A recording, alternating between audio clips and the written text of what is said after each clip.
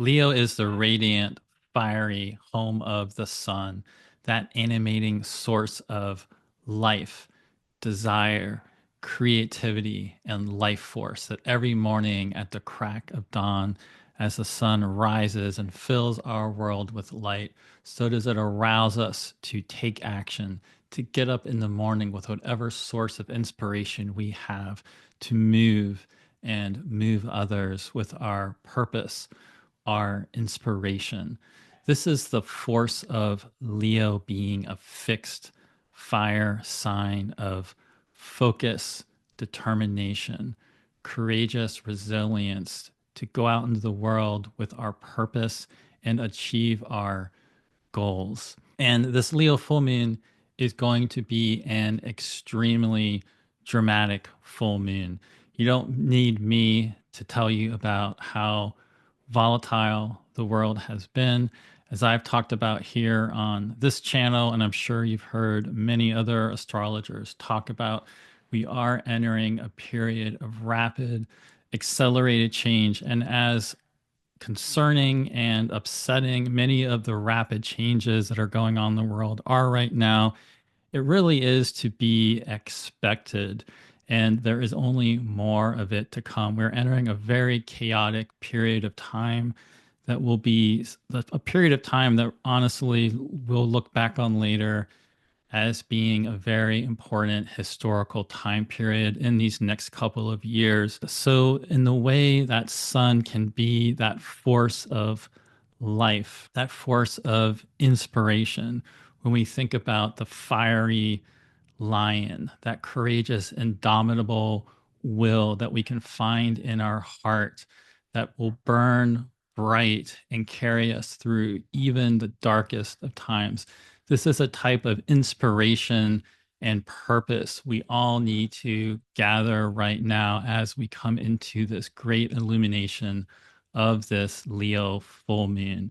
It's an interesting one because the full moon in Leo always happens with the sun in Aquarius, Aquarius being the sign opposite the sun. And so the sun is always in its own inversion of being in the opposite sign of its domicile of Leo when the Leo full moon happens every year. Oftentimes, astrologers call this a place of detriment. And although you may sometimes hear people say the sun is weak in Aquarius, that isn't actually true. Planets that are in the opposite signs are not really weak, but they are in an unusual environment that is basically as far away from their normal home environment that they can be. And so, whereas the sun thrives and can directly express itself in that fiery home of Leo, in Aquarius, the sun finds itself far away in this airy, intellectual place that puts a lot of focus on the margins, on the marginalized, on the collective, on looking into how do we fit this force of will force and inner purpose and individuality that we might have in this type of Leo way of our own personal sovereignty and authentic expression. How do we fit this into groups and society and the collective and the current times we find ourselves in?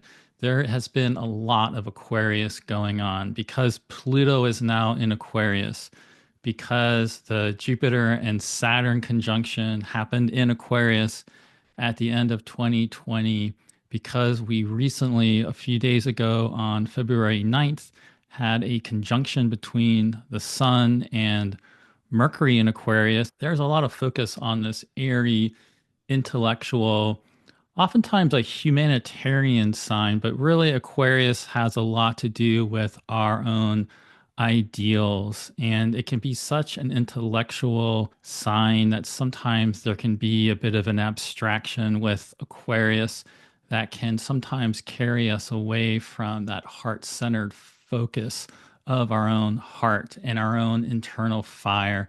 And so the Leo full moon is a great reminder to get in touch with that inner force of fire that is willing to go up against systems of oppression and whatever types of dynamics are going on in the world that we don't like, there's a big influence of Uranus on this full moon that brings out the inner rebel for all of us.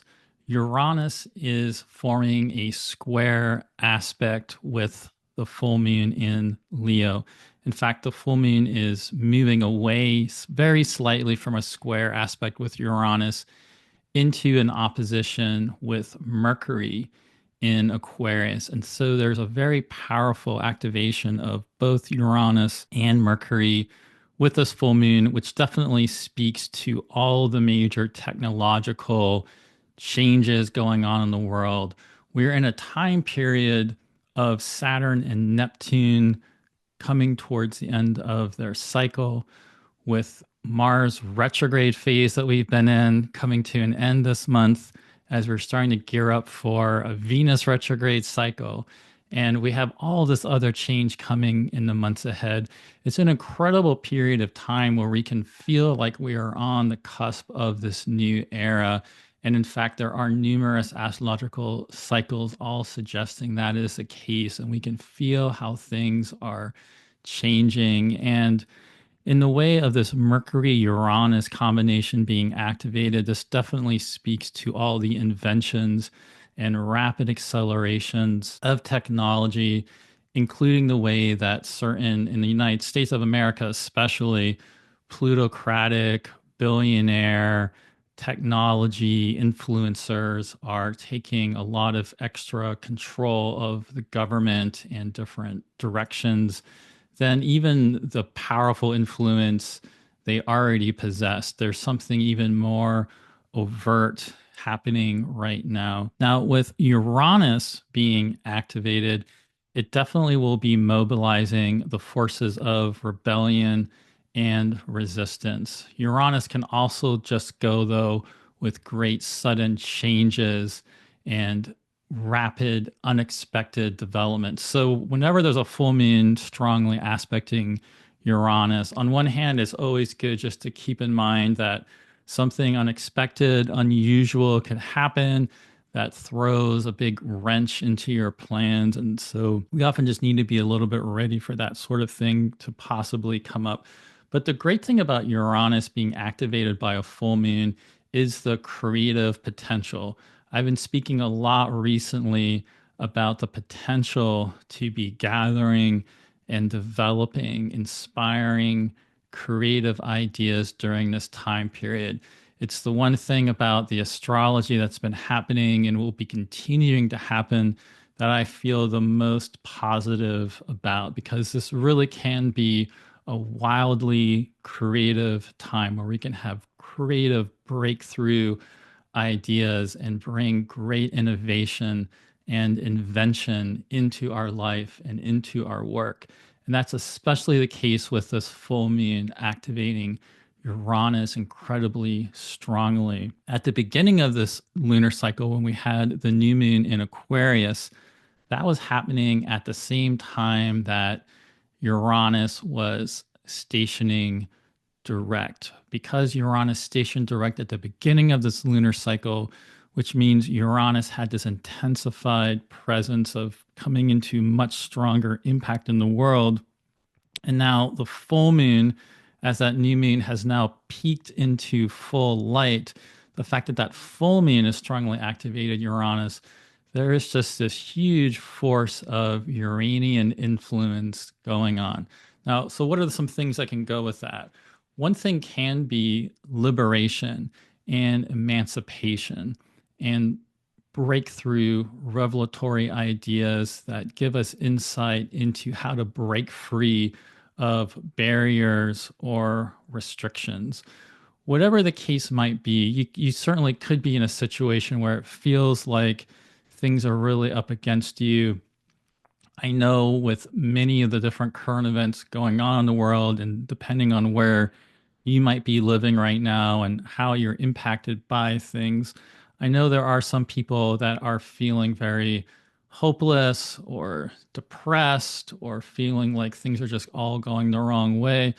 But it's important to keep in mind that so much can be changing at this time. And because we are in this extreme period of chaos and things are changing, things are breaking down, this will most likely be continuing to happen, but it will also create the possibility for out of this time new systems to be reformed, new orders to eventually emerge that can, in fact, be more fulfilling, more creative for you. It's not a time to be giving up, but rather a time to find whatever source of inspiration is available to you and really seize on that and use that Uranian activation right now to feel into your heart and that inner source of Leo fire and courageous, indomitable willpower to go after whatever it is you really want to change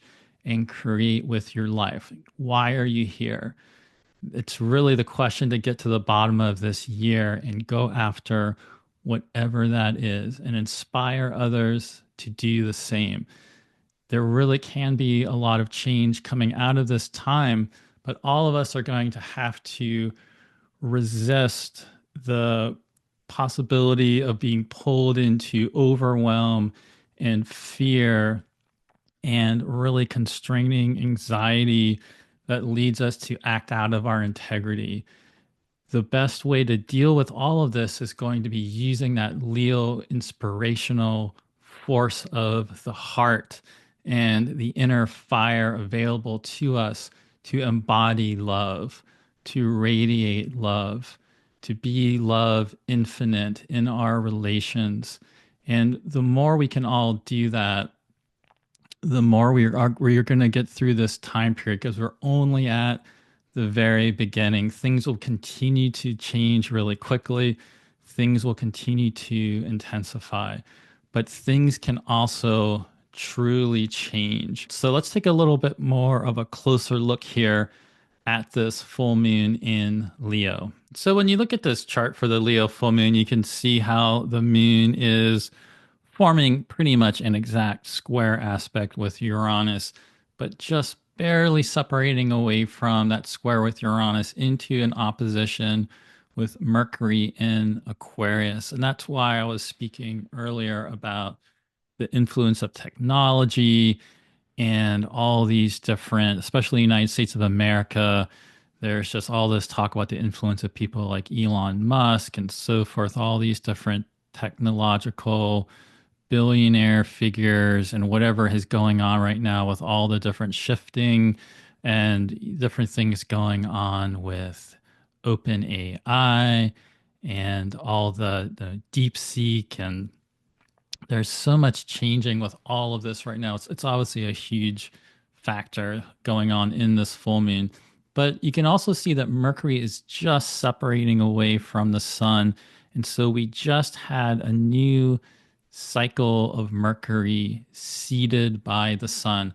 Mercury is not visible yet, but Mercury was recently reanimated, which means in the weeks ahead, Mercury will eventually appear after sunset as an evening star again.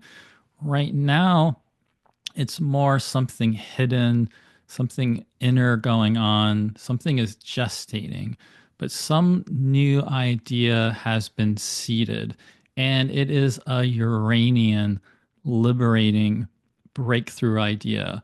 So really search to find, what is that source of inspiration that you can take in and integrate and have it help guide you through these months ahead of great change that we're going to be experiencing. But you also might notice the moon's not just opposing Mercury, the moon is also opposing Ceres in Aquarius. And in fact, as this full moon forms, the sun is coming in to form a conjunction with Ceres. Ceres is the Roman name for Demeter.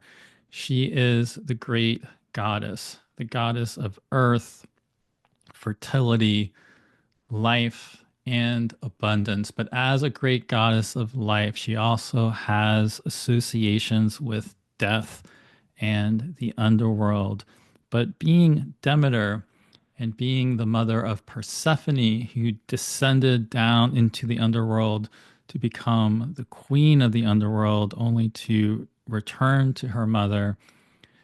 Demeter has this association with the eternal creation that always comes through processes of death and rebirth, that we go through summers and seasons of fruiting and life and flowering and joy into seasons of darkness and death, and those seeds going under the ground, but those seeds will become fertilized and grow into new thriving forms of life that will once again flower and fruit, and that there will still be a harvest to come. There is this eternal source of rebirth, death and rebirth and regeneration that Ceres governs.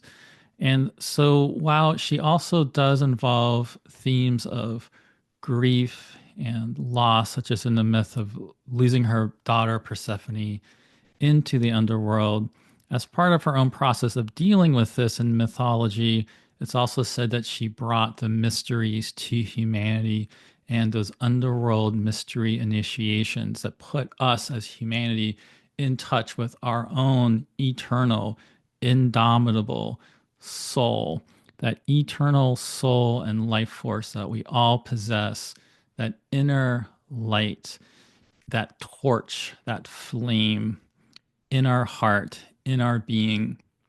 And so there's something fascinating about Ceres ending her cycle with the sun right now at this full moon as well. She is going through her own process of death and rebirth. And I think there is something really powerful about that theme for all of us to face. Ceres is the great mother. She cares for her children, and she cares for that force of life in the world and wants to nurture that. And with all of this happening in Aquarius, there is something here about the wider community. And while on the one hand, we can think about how there's a downside or a shadow side, I should say, about Aquarius and all of this informational technology we have, and how the Aquarius being this Aries sign of Saturn, it can go with over control of information. It can go with manipulation of information, attempts to brainwash us with all of these different technological devices. But again, there's something about that eternal source of soul and life force we have in our heart that ultimately cannot be controlled. And so I think there's something here about that Leo full moon activating Uranus that's meant to put all of us in touch with whatever that is, and to rebel and resist as needed and necessary, and to look out for loved ones and those in your community that need help. But most importantly, I think, is really getting in touch with that creative, inspirational force within you and that unique Leo quality that you have, that purpose you have, that you're really meant to be here to create and share with the world in the way that can then inspire community around you. That's the way that all of these themes of the full moon really come together. Another interesting aspect of this full moon is that it is happening in the third decan of Leo. The third face of Leo is associated with the Seven of Wands cards here, illustrated by Pamela Coleman Smith. And on one hand, we see this figure who is, in some ways, we could think about sort of like a Leo figure facing off against this collective Aquarius force. And in any case, there's a whole group of people with other wands, they're all coming towards this solitary figure who's holding up a staff to defend and protect. And there's something here about the third face of Leo that is a place that requires protection and can require resistance. But most importantly, This is a phase of finding connection with whatever that inner source of inspiration is that can guide you through whatever types of internal and external struggles and conflicts you must face. The third face of Leo is a face of Mars. And so, being a face of Mars, that's where we see this martial image of conflict and protection. But Austin Coppock, in his book about the Decan's 36 faces, ascribed the image of the banner to this face. And I've always really liked that image because it really captures the importance of that inspirational, guiding image. One thing to think about with this full moon activating Uranus is, what is the image of your banner? What is the banner that you're carrying into the battle of life? What is the image? What are the values? What are the points of focus with your creativity, the guiding values and elements of your integrity and character that inspires you to go out into the world and create and love and build community? What are those images that you carry on your banner? That could very well be illuminated for you here at this time. One of the important things about this time is to get more clarity and become more clear about what it is you do want to create with your life so you can then focus on it, because so much is going to be changing. Otherwise, things could feel very uncertain, things could feel overwhelming. And so we're going to really need that own inner compass of our own moral and values and integrity to help guide us through these changes to come. Because this is also a face of Mars, it does put some importance on the planet Mars. And the planet Mars is of crucial importance right now in astrology. As we come into this full moon, Mars is beginning to slow down, to get ready to station direct finally towards the end of February and towards the end of this lunar cycle on February 23rd. One of the things that's really interesting about this full moon being in Leo is that Leo is a sign where Mars stationed retrograde back on December 6th. So towards the end of November, as things are really intensifying with Mars in your life, in the sector of Leo in your life, as Mars was getting ready to station retrograde and then went retrograde in Leo and remain retrograde in Leo for basically the rest of December, something was really activated then about the changes that have continued to develop since then with your life in Leo. And so there is something really interesting now about the sign of Leo being fully illuminated. And so there might be some additional insight into these Mars retrograde changes that have been coming in ever since the beginning of December. Because Mars is slowing down right now, it's also of crucial importance because Mars is not going to be moving very much over the course of the next month. Mars will end up stationing at 17 degrees of Cancer on February 23rd. And at the time of the full moon, Mars is in between 17 and 18 degrees of Cancer. In fact, from February 11th all the way until March 8th, Mars will be in between 17 and 18 degrees of Cancer. This means Mars is not really moving a whole lot. And if you have anything at 17 degrees or 18 degrees of Cancer, Capricorn, Libra, Aries, you will be especially impacted by this. But you can also really think especially of anyone that has anything in any cardinal sign between 10 and 20 degrees of Cancer, Capricorn, Libra, Aries, especially. So we're in a period of time where Mars is not going to really be moving and just hovering here at this particular degree, really intensifying. But as the full moon is happening, Mars is still retrograde, just beginning to slow down, not yet stationing to move direct, but getting ready and slowing down and intensifying. So, in the waning half of this lunar cycle, we are going to be coming into the final Mars retrograde lessons that we need to face. And as we come to this stationing direct of February 23rd, we should be gaining a lot more clarity and getting a lot more clear about whatever those final challenges are, whatever are those final lessons we need to take in, what are those obstacles we're up against that we need to take on, what are the challenges we need to face with our work.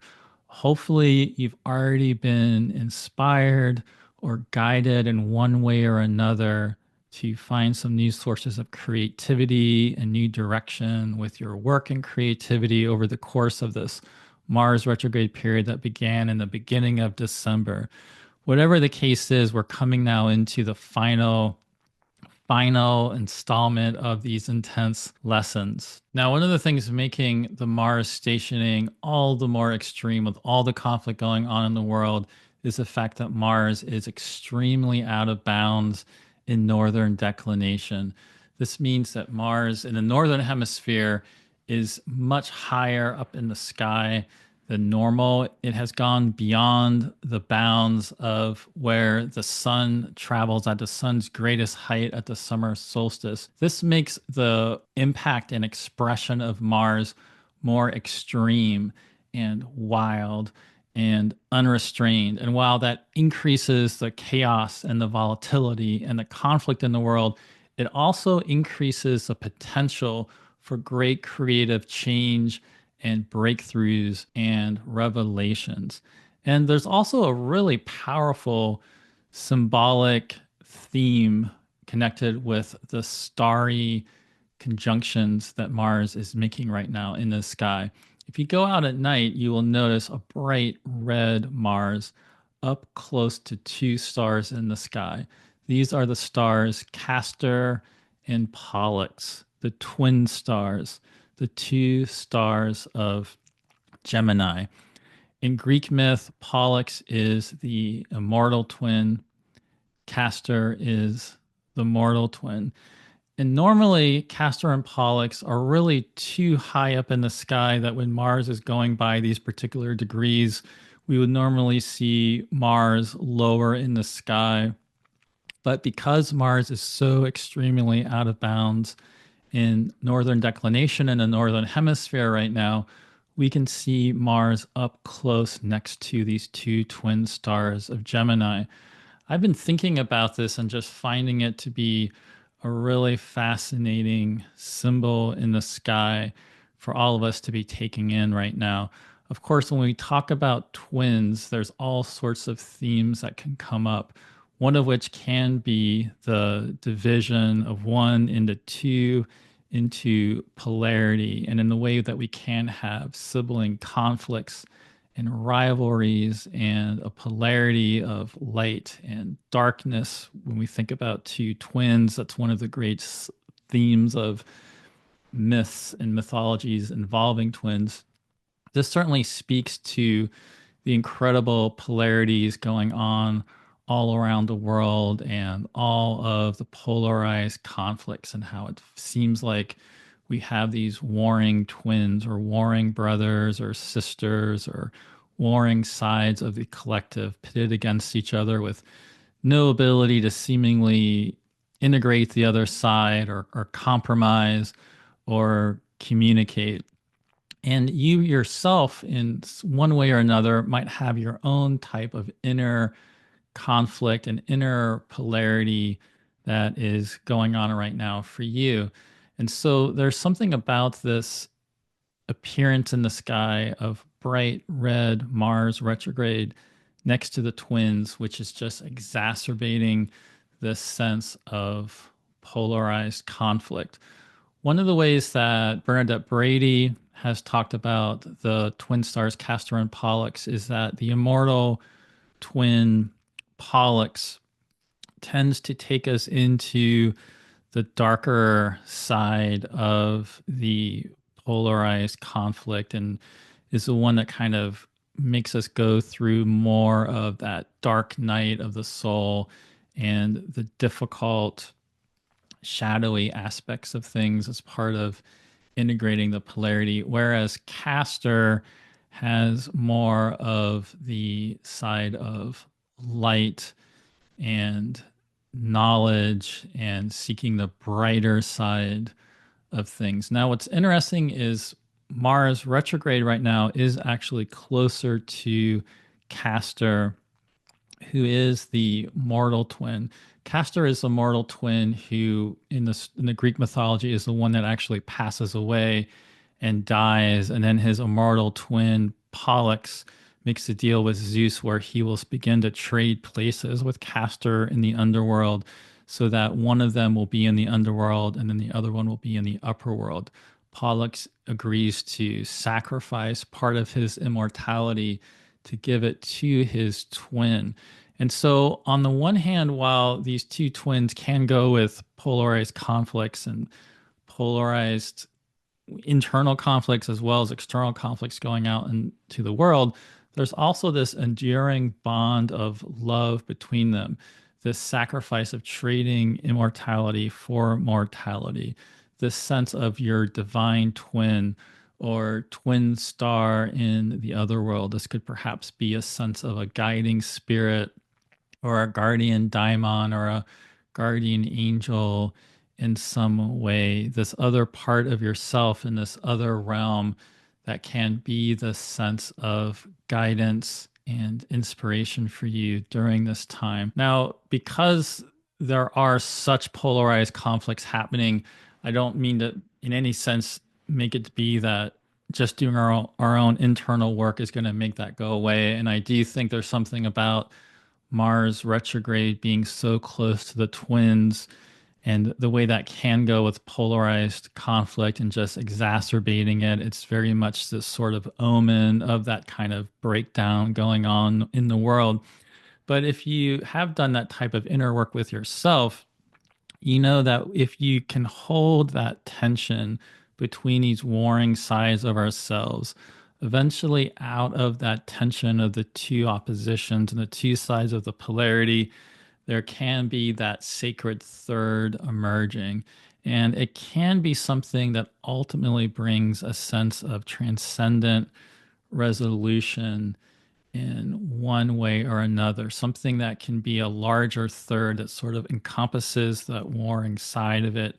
That is something that can emerge. And whether or not that's emerging for you right now with this very volatile full moon in Leo, it is going to be of crucial importance that we can all do that inner work of holding that inner tension inside of ourselves and finding ways to embody love through this process. I was already thinking a lot about Castor and Pollux in association with this Mars retrograde period and even this full moon, and then found myself really fascinated by the recent Super Bowl that took place in the United States this past weekend, right as we're coming into this full moon in Leo, activating Uranus. On the day of the full moon, Mercury and the sun were together, squaring Uranus. So it was all very alive in terms of this Uranus Aquarius activation happening in combination with Mars being near Castor and Pollux. And at the Super Bowl halftime show, the hip hop artist Kendrick Lamar delivered really an incredible creative performance. Kendrick Lamar really is a creative genius and artist who put together a much more innovative halftime show than I think's ever happened at the Super Bowl previously. Sometimes there's some kind of really incredible performer performing at the Super Bowl, but the productions normally don't have the type of artistic genius and brilliance in terms of great storytelling and symbolism that Kendrick Lamar put together during this halftime show. And in fact, it seems like it was a pretty polarizing performance where many people were very moved by it and inspired by it, and other people just didn't understand it or openly just disliked it or didn't like his messaging. And he's also, Kendrick Lamar is just a great artistic talent who's been able to achieve great levels of fame. But oftentimes, people that are on that type of stage, they're going to normally do much more mainstream, popular types of music that's going to tend to be much more pleasing to everybody. Whereas he's the type of artist that can do work that, it's not going to be necessarily for everybody. What's really fascinating is Kendrick Lamar has contacts with both the stars Castor and Pollux in his natal chart just by degree. His Mars and his lot of fortune and his Mercury are all in Cancer, close to the projected degree of Castor, which is basically right where Mars retrograde is right now. And his midheaven is close to the degree of Pollux. Now, at the beginning, he said something to the effect that the revolution will not be televised. You picked the right time, but the wrong person, which, among other meanings, could have possibly related to the fact that President Donald Trump was also in the audience. And what's also further interesting is that Donald Trump also has a connection to Pollux and Castor. In his case, it's more Pollux. His Saturn in Cancer is very close to the degree of Pollux. And there was something really interesting that seemed to symbolize and enact some of the great polarized conflicts going on in the United States of America in this Super Bowl halftime show, with Kendrick Lamar performing it and Donald Trump being in the audience, and then both of them having personal natal chart connections to the stars Castor and Pollux, where Mars is retrograde right now. And so I just found that to be a really fascinating example of the type of archetypal symbolism that's playing out right now, with Mars retrograde being close to Castor and Pollux. Now, the other big theme going on right now is Venus. This is a graphic showing the synodic cycle of Venus. And these dates are basically showing that we're coming into the Venus retrograde phase of Venus that's going to begin on March 1st, when Venus stations retrograde. Where we are right now is we've passed this point of Venus being at her maximum elongation, furthest away from the sun as she gets as an evening star. And right now we're coming into her maximum phase of brightness. So there's a beautiful symbolism right now of, as this full moon reaches peak light, Venus is also getting brighter and brighter in the night sky. And she is also coming closer and closer to us in orbit. And so the influence of Venus is getting brighter and brighter and more intense in our lives. She's going to be showing up more and more in current events and more in our personal lives. And so now that Venus is in Aries, in the sign where she will go retrograde on March 1st, that means she is in that fiery sign of Mars. And so she is very much under the influence of the same Mars retrograde theme that I've already been talking about, that's going to be continuing to intensify as Mars is just hovering in between 17 and 18 degrees of Cancer for this next month. But as we come towards the end of this lunar cycle following the full moon, really pay attention as Mars begins to station and then actually does station direct on February 23rd. There's probably going to be very loud, dramatic, extreme world events going on that are going to really punctuate this and make it really clear how this Mars retrograde is showing up in the world. But as Mars stations direct and we gain more clarity for what's been going on and what we have to face, and as Mars slowly starts moving forward, even though Mars won't really be moving forward a great deal at the end of February, just that stationing direct is going to make a big push of forward momentum starting to be felt and revived.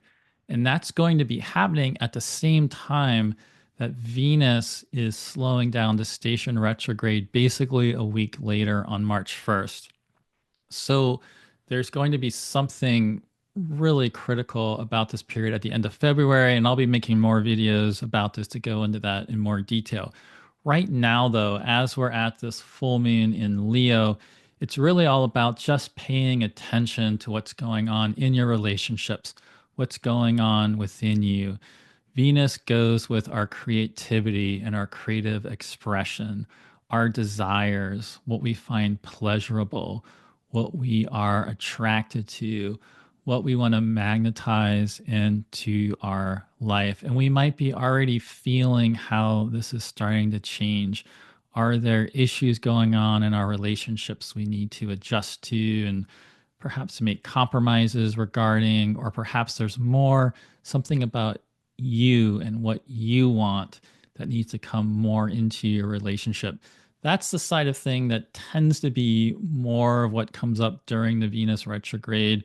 It tends to be more about our own sense of desires changing and needing to find ways to bring that into our myriad relationships in the world. So that doesn't need to just be primary romantic relationships. This can be in our friendships or working relationships, all the many relationships we have in the world, as well as our creativity and creative expression.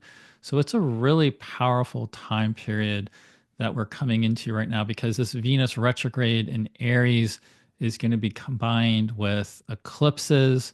She's going to be moving back and forth between Saturn and Neptune as they're coming to the end of their cycle. Saturn and Neptune coming to their end of their cycle really goes with great changes happening just in collective perceptions of what reality is on a really fundamental level.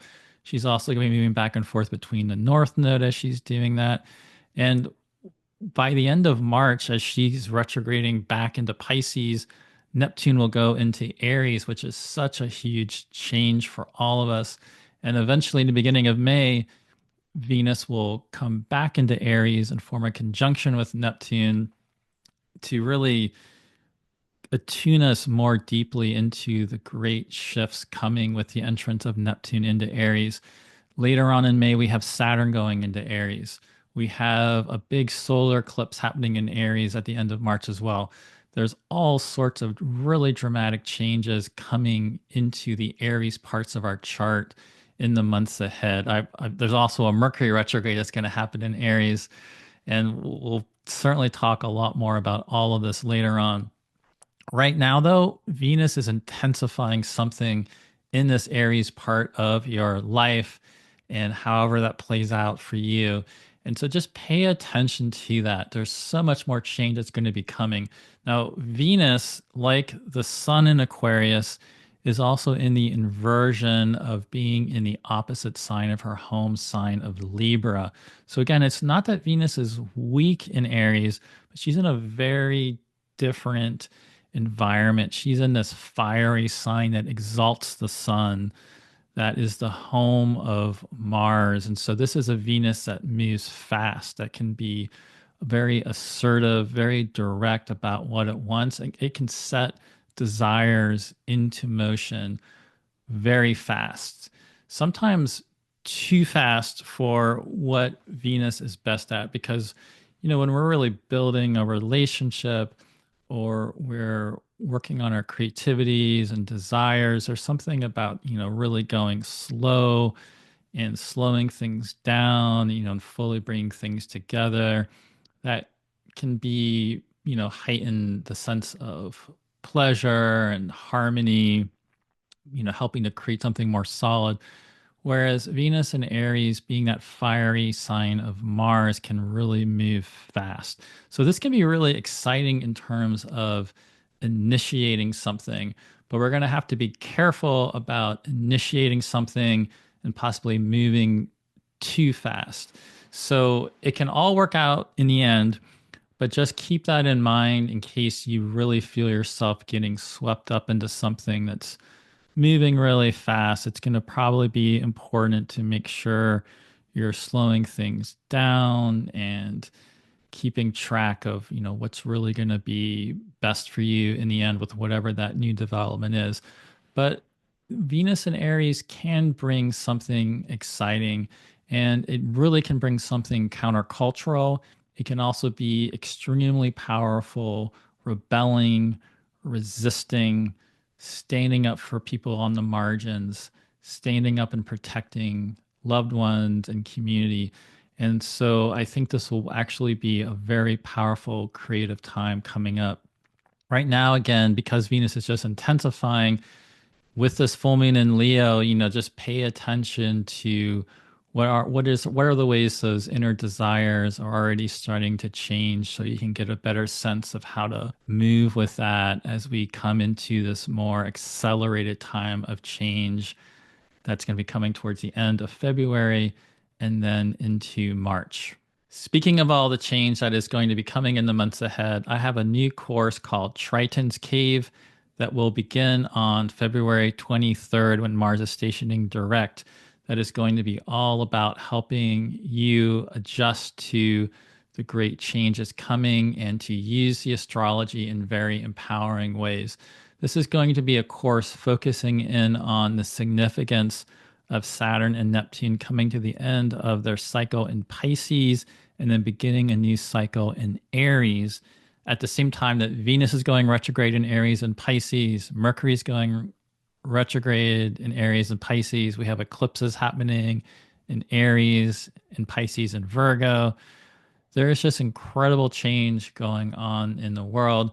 And so I've created this course. There is going to be information about the Saturn and Neptune cycle, and we will look at some historical patterns, but I'm really creating this as a way to more creatively work with myth and art and different images and ways to come into a deeper connection with how all these big changes are impacting you in your natal chart. There'll be opportunities for you to share your own interests and find ways to bring that into the curriculum and the classes. So please check this course out on my site. I still have some spots opening for enrollment. It's not completely filled yet. And so if you're interested in signing up for this, please do. And so just to help you get a sense for how this full moon might be impacting you, I'm going to go through a short delineation of how this full moon is impacting each sign. This will be most relevant for your rising sign, but you might find it also accurate for your sun sign and your moon sign. So let's get into it. Leo. Leo, this full moon is in your sign.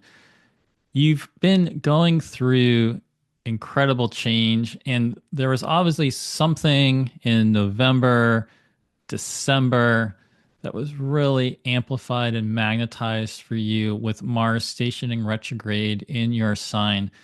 Since January, Mars has been retrograde in Cancer, so it's pulled you back into this liminal 12th house phase of working with that Mars retrograde that's really working less directly, overtly, and stirring up something deep within you. This full moon is really going to put the focus back on you, front and center. You've been going through a big Uranus transit in your 10th house for years at this point. And since 2018, when Uranus has been in Taurus, I'm sure there are all sorts of massive changes that have gone on for you with regard to your vocation and your vocational calling. This full moon is really amplified in terms of whatever that is for you. And as we're coming towards the end of our time with Uranus and Taurus, we really have about a little bit over a year left of this transit. And later this year, Uranus will actually go into Gemini for a little bit. We're coming towards the end of this. And I think, although this is not like the final lesson for you about Uranus and Taurus, there is something, though, about the last big storyline perhaps opening up for you with Uranus. And whatever you've already been working on with really making innovations and breakthroughs with your work in the world, this full moon is really going to be illuminating that for you. Now, Jupiter in Gemini is not making a real exact aspect with this full moon, but there's also something important about Jupiter having recently stationed direct in Gemini last week. Now that Jupiter is also moving forward into your 11th house, a combination of that with a Leo full moon in your first house and Uranus up in your 10th house, there's something here that's extremely powerful for you to get excited about with whatever sorts of changes you want to be making with your ambitions and your work in the world. And so I'd really encourage you to feel into whatever that is that's really inspiring you and to go after it and really embrace whatever that creative direction is for you. Now, Venus is in your ninth house and getting really intensified there. And of course, next month she'll end up going retrograde there. But, you know, in terms of the ninth house quality of Venus, this could have something to do with seeking and inner seeking in some way. It could even be something spiritual, being on a pilgrimage or some sort of mystical dimension of this type of inner quest or inner seeking or inner searching that's part of this much larger change that's going on with you, with who you are in your work in the world. So be curious about whatever that is. I think this is going to be a very exciting time for you, and we are going to all need your light and leadership. So really look forward to whatever it is you end up getting inspired to create and share with all of us in this time. Virgo. Virgo, this full moon is in your 12th house with a lot of Aquarius happening in your 6th house, Uranus up in your 9th house. So you've had that Uranus transit in your 9th house all the way since 2018. I know many of you have gone back either into higher education in one way or another, or have been on some sort of deep learning of philosophy, metaphysical understanding, really having big breakthroughs in your mind, perhaps traveling widely all around the world on pilgrimages and quests and journeys of one sort or another. Now, this full moon being in the 12th and the 6th could also really be stirring up a lot of travel and liminality. But I feel like in the way that 12th house is a sign rising when we're in the womb, about to be born into the world, there's something to me about that inner sense of liminality that is being activated here for you. With the South Node transiting in your first house, and the fact that later next month we'll end up having eclipses starting to come in, combined with the South Node in your first house, there is something about who you are in the world that's starting to change. And part of that is going to involve a stripping away of the inessential. It doesn't mean you're just going to become this hermit out in the mountains necessarily. He's, you know, renouncing material concerns to just pursue this spiritual direction. But there is something about something being stripped away in that way of less material concerns and more of an inner spiritual dimension of things being activated with the full moon in your 12th, Uranus up in your 9th.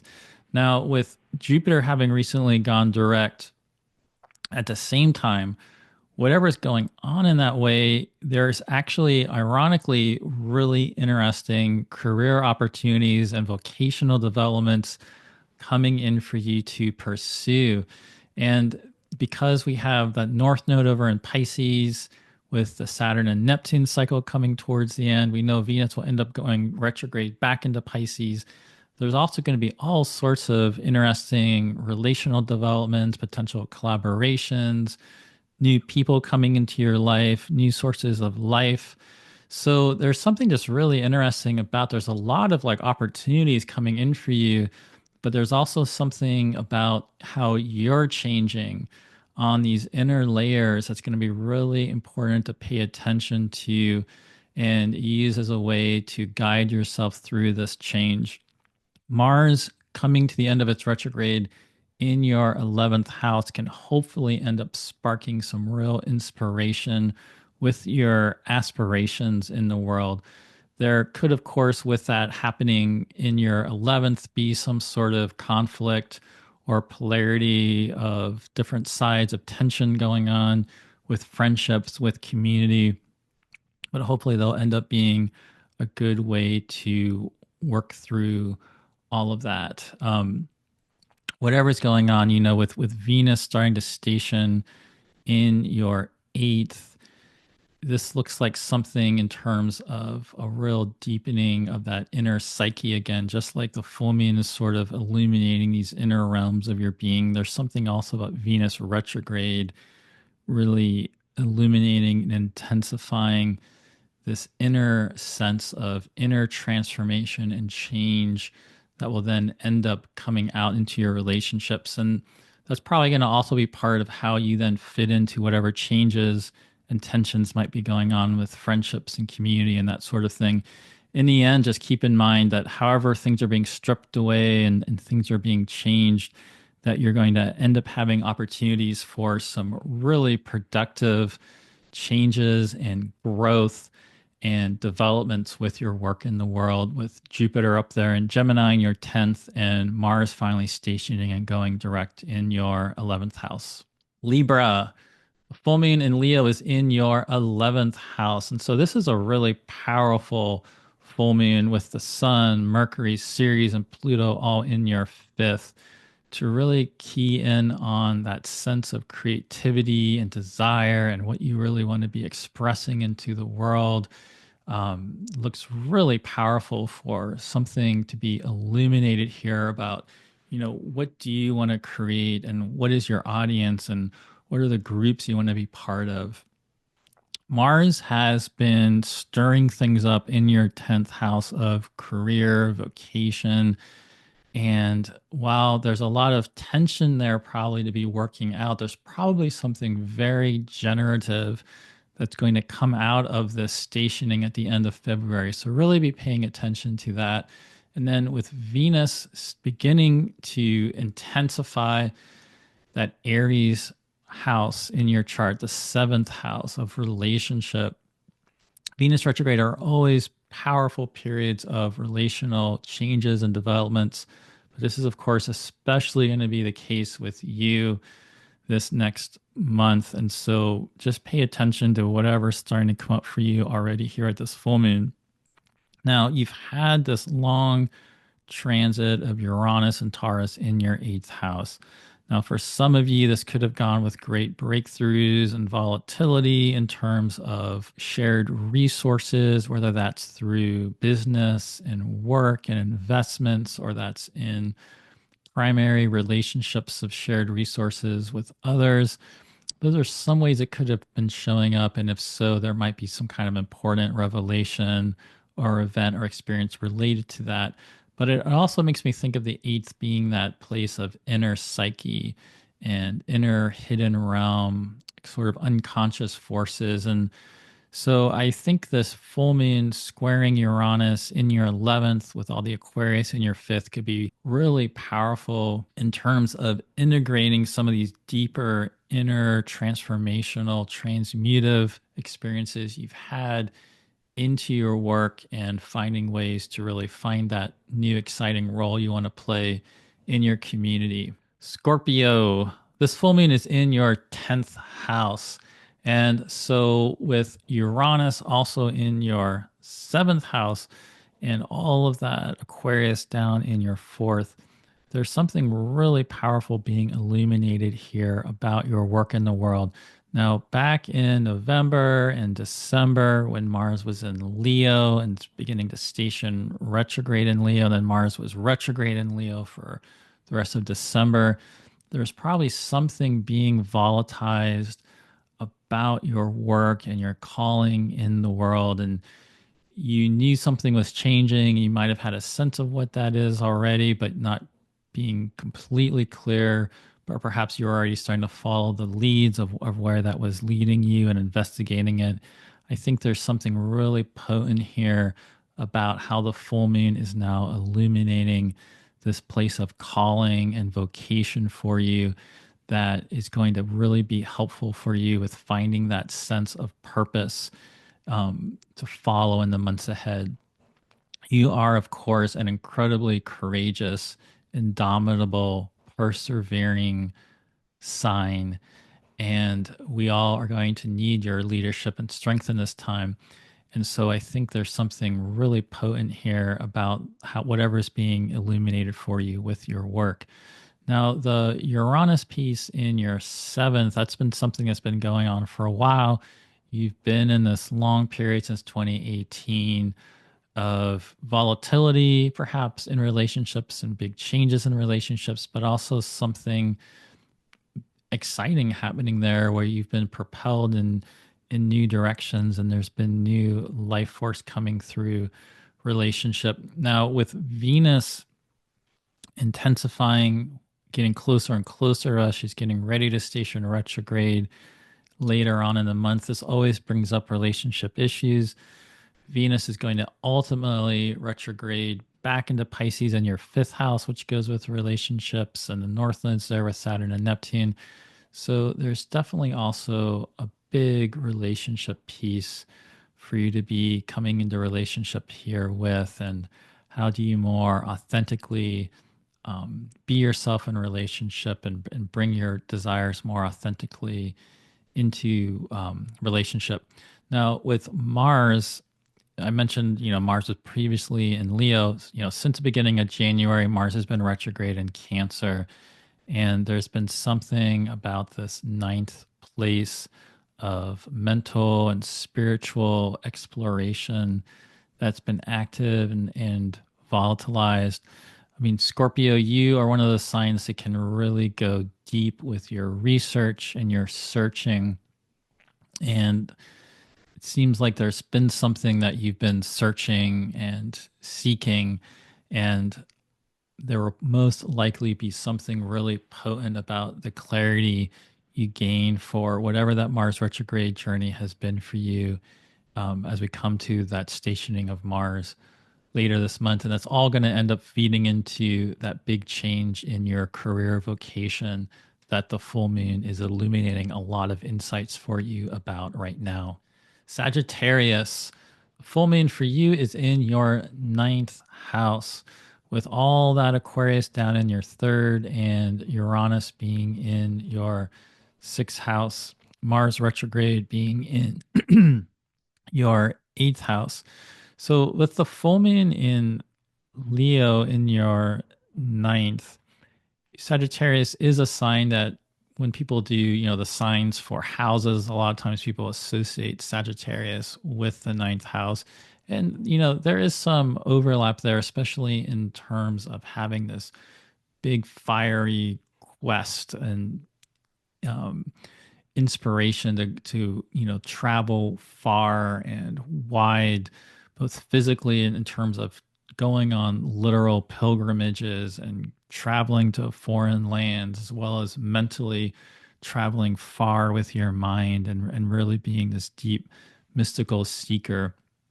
And so there is these topics of the ninth house that are being activated for you with this full moon, and it very well could connect back to some of the changes that you're already feeling back in November and December when Mars was previously in Leo and stationing retrograde.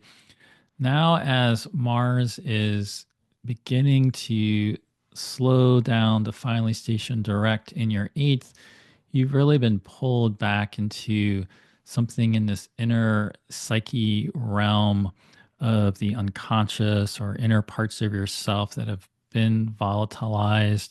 When I spoke earlier about Castor and Pollux, the twin stars being activated by this Mars retrograde, you might really feel this inner part of yourself having some tension that needs to be worked out. Now, this also, though, could relate to shared resources with others, whether that is in business or partnership or friendship. So, whatever that is, just see how you can hold that tension to figure out, what can ultimately emerge from it. Now, with Uranus and Taurus in your sixth house being activated by the Leo full moon, it's not like this is a new issue necessarily because you've been dealing with Uranus and Taurus in your sixth house ever since 2018. But in the way that this full moon is activating the ninth and the third, and these are houses of mental exploration and communication and spiritual seeking and philosophical understanding.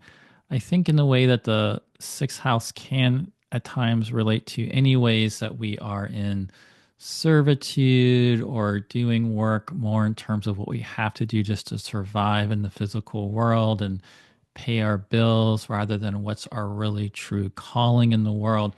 Something about that and some even deeper lessons about that and what your real true calling is, I think is being illuminated here. And this is going to go with the fact that that south node of the moon is now also transiting your 10th house. You're going to have eclipses happening there combined with the south node. So something about your work and vocation related to all this is going to be shifting. Now, with Venus at the same time in Aries getting more intensified in your fifth house, you are a sign Sagittarius that is getting a real extreme intensification of desire and pleasure and what you want in relationships and your creative expression. This is a case for all of us, but since this is literally happening in the fifth house, the joy of Venus for you, it is especially intensified. And so, really, just start being curious and deepen into whatever that is, whatever you're getting in touch with that, as Mars finally stations direct at the end of this month, and we go into this Venus retrograde journey that's going to begin in the beginning of March.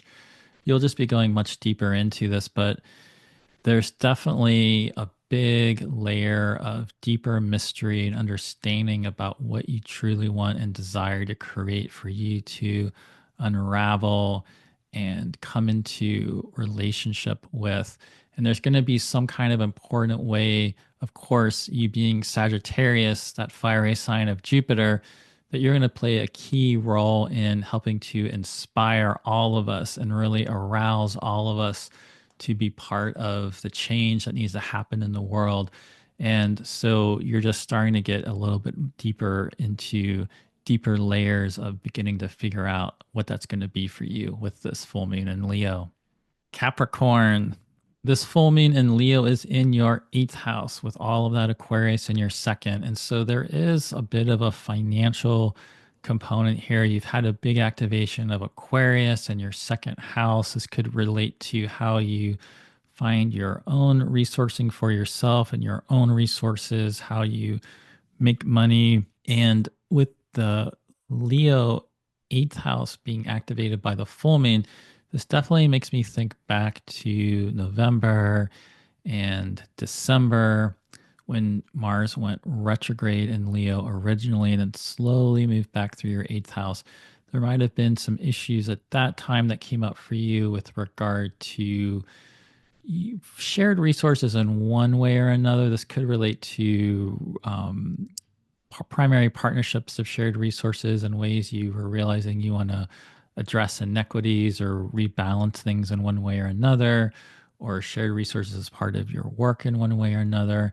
It also could relate to some real deep layers of your psyche in some way that got activated as far as much deeper inner changes going on. Whatever the case might be, this full moon in Leo is bringing awareness back to this realm. And since Mars is slowly intensifying in your seventh house, I do think there's something here about how you resource yourself, how you collaborate with others. Sometimes Capricorn you're such a good, so good at taking care of things that other times, people can rely on you for taking care of things whereas, you need to be taken care of, or there might be things about your own relationship needs that you want to have come out more into your relationships in more fulfilling ways. Something about your relationships is being activated with Mars stationing direct in your seventh house. And so there could be a lot of real exciting developments there starting to come in, even though it could also be volatile. Now, with the full moon activating Uranus and Taurus in your fifth, this is again another place where relationships can come in with what you really truly desire. You've had Uranus and Taurus in your fifth house since 2018. So you probably had a lot of changes already going on with desires and relationships with your creative expression. But with Venus intensifying her presence in this month ahead, I think there's just something really deep about what you really want to create, what you really want, who you want to be with in community, who you want to be in relationship, who you want to be within relationship, what you want from your relationships, what you want to create with your time, with your energy, all being activated for you here with this full moon. It's going to end up being part of really powerful change that comes in for you this year. And so I feel like for you, there's just this kind of deeper inner layer of that you're getting in touch with right now. But with the way Mars will end up stationing direct in your seventh, and then keeping in mind that much later in the year, Jupiter will end up coming into your seventh house, there's all sorts of much more positive change that can ultimately come out of this process. It's going to be a long process, but since you are a sign of Saturn, I know that you know how to play the long game. And so it's really here just getting more in touch again with what you do want and patiently working towards that, making the changes you need in your daily life to start making that happen more for you.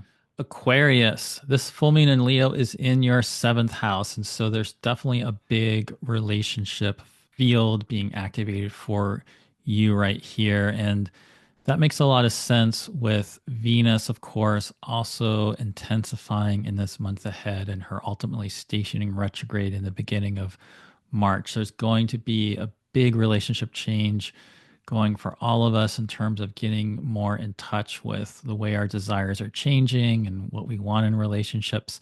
So you're getting a big early activation of this because the whole relationship theme and field for you is being activated very strongly at this full moon. Now, with Uranus and Taurus down in your fourth, being really catalyzed by this full moon. Now, if you've had Uranus and Taurus in your fourth ever since 2018, perhaps you've moved, perhaps there's been some sort of deep inner unconscious activation that's been really powerful for you with your work in the world. Perhaps there's been big themes of your ancestors and ancestral issues that you've perhaps needed to work through and liberate yourself from in terms of any ways that it could have been holding you back or in some kind of way. Whatever that is, that it's all coming together here at this full moon. One of the things that really stands out for me, for you, in addition to those themes and what I've been talking about for a lot of the signs, is the transit of Jupiter, because Jupiter recently stationed direct in Gemini in your fifth house. And that is such a generative, creatively generative stationing direct for you and placement for you. So, with Jupiter now moving forward in combination with this full moon and Venus intensifying, just really feel into, what are these desires you have about what you want to really be creating and including in your community, including in your relationships. And there's going to be some really strong support for you in being able to make that happen. Pisces, this full moon is in your sixth house with all of that Aquarius in your 12th, Uranus down in your third. Now, of course, for you, the thing that is first and foremost is the Saturn Neptune cycle coming to the end, with Neptune forming a conjunction with the North Node all in your sign, and this deep way that you yourself are feeling massive changes with who you are, as the world itself is also going through all these incredible massive changes. And yet this full moon is in this very liminal place for you of the six. And so I think one of the things about this and the activation of Uranus is to think about any ways that you've been holding yourself back. Where have you been acting in ways that are just about trying to fit in and survive and go along with the system in one way or another, which is something, all of us in one way or another tend to need to do in some ways just to get by. But I think there's just something here very powerful to connect with in terms of your desires and creative expressions, because Mars is going to be stationing direct in your fifth house. And this can potentially bring a huge surge of desire and creative activity that can be extremely dynamic for you as we come to the end of February. Venus will be stationing retrograde eventually in your second house and then ending up coming back into your first house in combination with the Saturn and Neptune. So you're going through such incredibly deep change right now that this full moon being in the 12th and the 6th with Uranus being down in your third, these are much more in between houses that are not quite as front and center. And so it makes me think about this full moon really activating this much more interior space, and just to be really curious about whatever that insight is that's coming up on in more of these inner realms. With the Uranus in your third, it makes me think perhaps about journaling or writing or doing something to communicate whatever insights you're getting about the changes you're starting to feel. But you are a sign that's going to be going through incredible change in these next few months. And so with the full moon in your six, it also might just be important to, take a break, get some extra rest, take whatever measures you need to just calm yourself from any sort of sense of stress or anxiety or overwhelm that might be going on for you, so you can deepen into whatever those really powerful changes that you're already starting to feel. It'll be much more by the end of this whole process, that's going to be playing out this whole next year. End up being in a very different place from where you are right now. So it's also just going to be having some faith and trust in that process of change that you're entering right now, that's just going to be intensifying, and realizing that the more you connect to that Leo sense of, that inner heart of who you are and what you want to create with your life, and use that as your guiding principle, you'll end up coming out on the other side in a more fulfilling place. Aries, this full moon is in your fifth house with Venus intensifying in your first house. This is an incredibly powerful full moon for you, and it's really all about desire, getting into deeper touch with your desires and what you want to create with your work in the world. I mean, Venus is going to end up stationing retrograde in the beginning of March in your sign. And as you will be in continuing to intensify your desires and what you want in relationships, what you want to create with your life, this full moon then activating your fifth house, which also connects to desires, which connects with pleasure, which connects with creativity. You're just getting a real powerful illumination of that. So just pay attention to, whatever that is for you. Now, Mars stationing direct in your fourth is definitely bringing you within. So, in terms of this desire that could be coming up, there could be a real sense of inner unconscious desires also really being volatilized with Mars stationing there in your fourth in this inner hidden realm of the chart. Now, this also could relate to family issues. It could relate to ancestors and deep ancestral patterns that are part of this. So there might be something also really powerful there to be working through as part of coming into relationship with your changing desires. But for you, this full moon is pretty straightforward in terms of really going all in on connecting in with that way your creative sense of desires is changing right now, and just following the thread of that with your work. You're going to have incredible change coming this year with Neptune and Saturn ultimately coming into your sign. So right now, it's really just getting into deeper contact with whatever way you're already feeling that change is coming right now. Taurus, the Leo full moon is in your fourth house of home, family, the unconscious, the ancestors, where you're living. There's some sort of deep inner process being illuminated for you here. It might have to do with where you want to live. It might have to do with powerful family patterns that have been operating under the surface for you. It could have to do with old ancestral patterns that are being illuminated for you as part of the change that's going on for you. You've had Uranus and Taurus in your sign since 2018.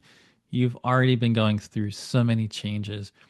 You've been adjusting to Pluto being in Aquarius in your 10th, and with the Sun, Ceres, Mercury also in Aquarius in your 10th. There's something incredibly powerful for here about the way you're being called to take this change that you've already been going through since 2018 to an even deeper layer.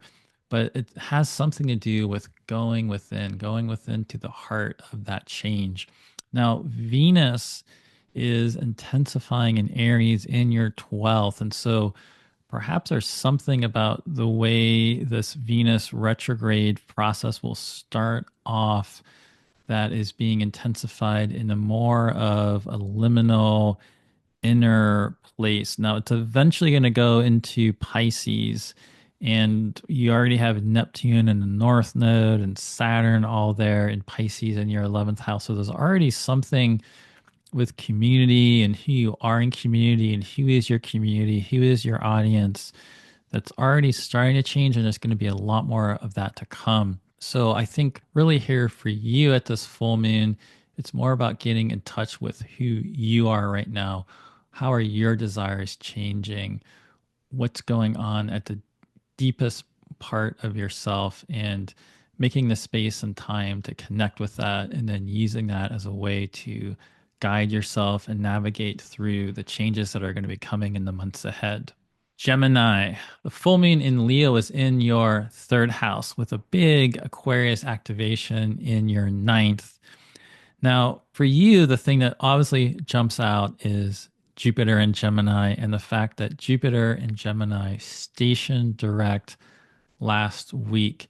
You've had Jupiter retrograde in your house of who you are in the world, in your sign. And now that Jupiter is direct in Gemini, there should be some sense of generative forward momentum coming back for you.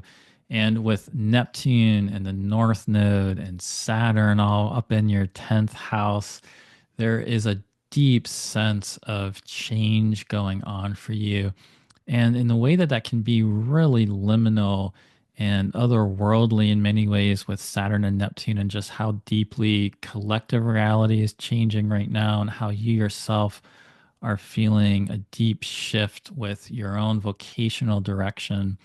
That generative thrust of Jupiter starting to move direct in your own sign again, I think is going to just be really helpful, combined with Venus intensifying her presence in your 11th place of community and aspirations.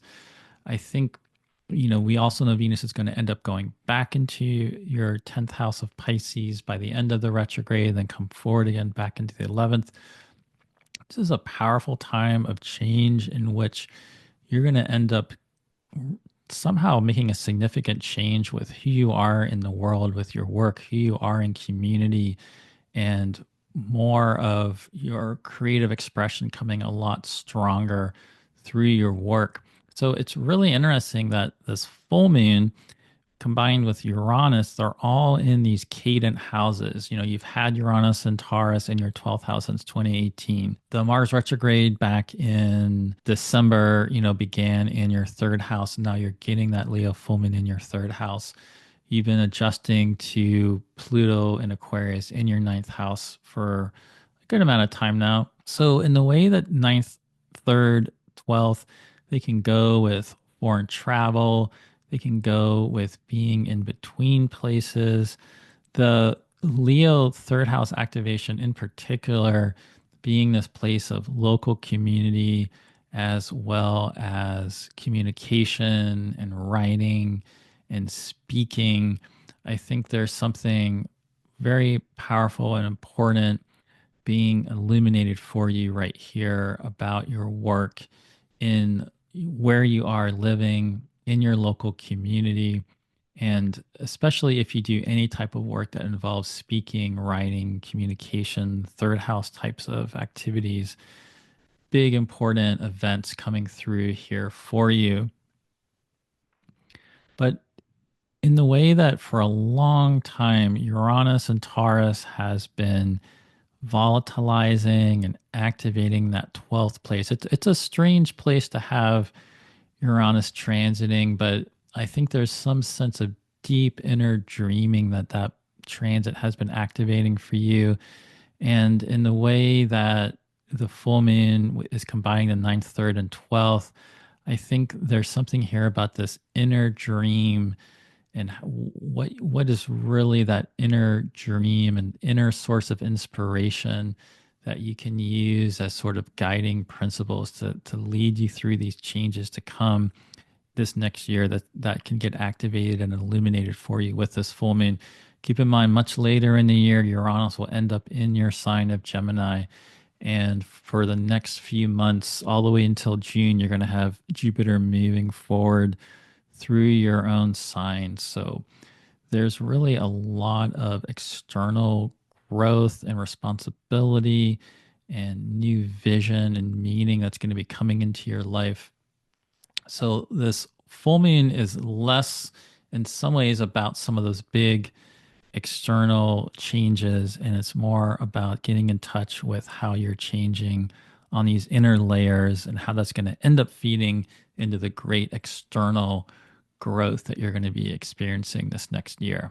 Cancer, full moon in Leo is in your second house of finances, resources, how you resource yourself. But this very well could have a lot to do with money, how you make money, what you're creating, what you really value. The Mars retrograde slowing down this next month to finally station direct on February 23rd is going to be extremely powerful for you because Mars is retrograde in your sign. Now, whatever was happening back in November and early December when Mars stationed retrograde in Leo in your second house, in case there were some financial considerations at that time, or again, how you make your money with your work in the world that were coming up, something about that's being illuminated again as now you're also getting this intensified martial change and focus on just who you are in the world. Now, at the same time, Venus is intensifying her presence up in your 10th place of career and work and how you're seen in the world. And so, altogether, this is just a very powerful, potent full moon, in particular, how Uranus and Taurus is really being activated in this 11th place of community and alliances and aspirations. And so really take in whatever's being activated for you here. The thing that really stands out for you, of course, is the fact that Mars will be stationing direct in your first house, and then Venus will then station retrograde in your 10th place. And so ultimately, there's a big change coming for you in the months ahead in terms of who you are in the world and your vocational direction. So, whatever is getting activated for you at this full moon is just going to be part of that much larger change that's coming in for you. In case you are noticing your own sense of inner polarity and conflict or inner tensions, I spoke earlier in the video about Mars being retrograde and being out of bounds and declination, visibly close to the twin stars of Castor and Pollux, especially Castor right now. If you have that sort of sense of inner tension going on, just try to hold that tension. Something very powerful is going to end up emerging for you out of this process. And so, there's really just maybe perhaps a deeper mystery about what that's going to end up being for you that you're only beginning to get a sense of touch about right now. But there's still more to come with Uranus and Taurus. It's not out of your 11th house yet. And so in the way that you've been building community, something about your aspirations in the world really being activated and changed and liberated all the way since 2018 with a lot more dynamic work in the world. That's all really being illuminated for you here at this full moon. So I hope you can take that in and integrate it in whatever ways you can and come deeper into relationship with the way that you are deeply changing. You are a sign that's going to be a big player this year as Mars goes direct in your sign, and then much later in the year, Jupiter comes into Cancer. So you're just at the very first initial wave of much deeper change to come. So I hope this full moon just helps you get your bearings a little bit more about the way things are already starting to change for you. And just one more reminder that I have a course called Triton's Cave that's about the Saturn and Neptune cycle coming to an end and how it's going to be activated by eclipses, Venus retrograde, Mercury retrograde in the months ahead, and helping you adjust and find ways to be empowered by all the great changes going on in the world. Please check that out on my site. There is still space available to sign up, and I'd love to have you be part of this course. My books are also open now for February and March, and I do have some space on my calendar. I'd love to talk to you about the astrology coming in the months ahead. There is a lot of complicated, intense astrology, but it's also really exciting in the ways that it can lead to such empowering change for people. And I'd love to talk to you about that. So please check out my schedule. I'll put a link below so that you can book a consultation with me. I also have a Patreon community, and I will put a link below so you can check that out. There are 3 different tiers, different benefits I offer there, exclusive content you can only access on my Patreon. And on the 2nd and 3rd tier, there are special monthly meetings that you gain access to. So please check that out. I'd love to see you in my Patreon community. Otherwise, thank you for listening, and I hope you connect with your creative sense of desire at this very powerful full moon in Leo.